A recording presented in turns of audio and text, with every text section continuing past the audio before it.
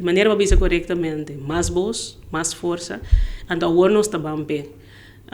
Turu you, ora que não nasce, promecos que nanta asita lastra gatia, depois dal não está, lanta cai, pero que 2 anos, vou começar a correr. Então, te hasta promete sei, pero conta correr, que hora tem que correr, que bota hasi para por correr de maneira devida. Antes sei para meio de formação sindical, que tem que indicar e traduzir de ensinança, que te saquita nos direitos, te saquita espaço que nós por ranha para funcionar, antes saque nós trabalho pé. Nós queremos hope firmemente para através de formação fortalecer nos militância, fortalecer nos diretiva, fortalecer nos shop steward, para nós ter uma cadena forte.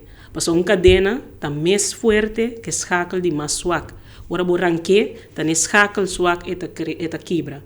Então nós temos que procurar para delastar um escakel, delastar um membro de nível de consciência, nível de convicção e determinação que como dirigente não nos está para pé.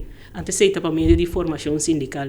Pois agora que nós temos 2 anos aqui atrás de lomba, 2 anos carregados de reto, para nós surgir meio de pandemia, nós surgir fora de chinês de Covid, maneira phoenix, do setor de ensinança, com a meta e a fim para restabelecer back a força sindical, que sempre traduz de ensinança está pioneiro dentro.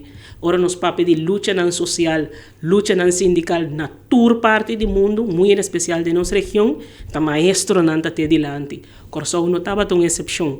E no momento não aqui para nós por assumir o rol pioneiro e back a força sindical é necessário. E essa estava a meta de lançamento do sindicato para nós por lograr não somente salvaguardar o interesse do trabalhador, pero mais aún salvaguardar a enseñanza de nosso país. Enseñanza de llave para desenvolvimento. Enseñanza de um país que fundece, a través de enseñanza, toda outra formação que queda forjar. Pois que botem uma enseñanza de qualidade, botem trabalhador dentro de todo setor de qualidade, botem cidadão de qualidade. Então, ter qualidade aí, também fundece para forjar o desenvolvimento de um país.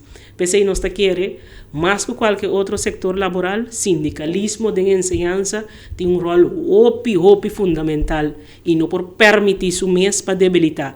E tem na hora de debilitar, assim é tarefa não correspondente para fortalecer back. Então, esse sindicato fora de seu lançamento, a lanta para contribuir com ele e nos lo queda contribuir com ele.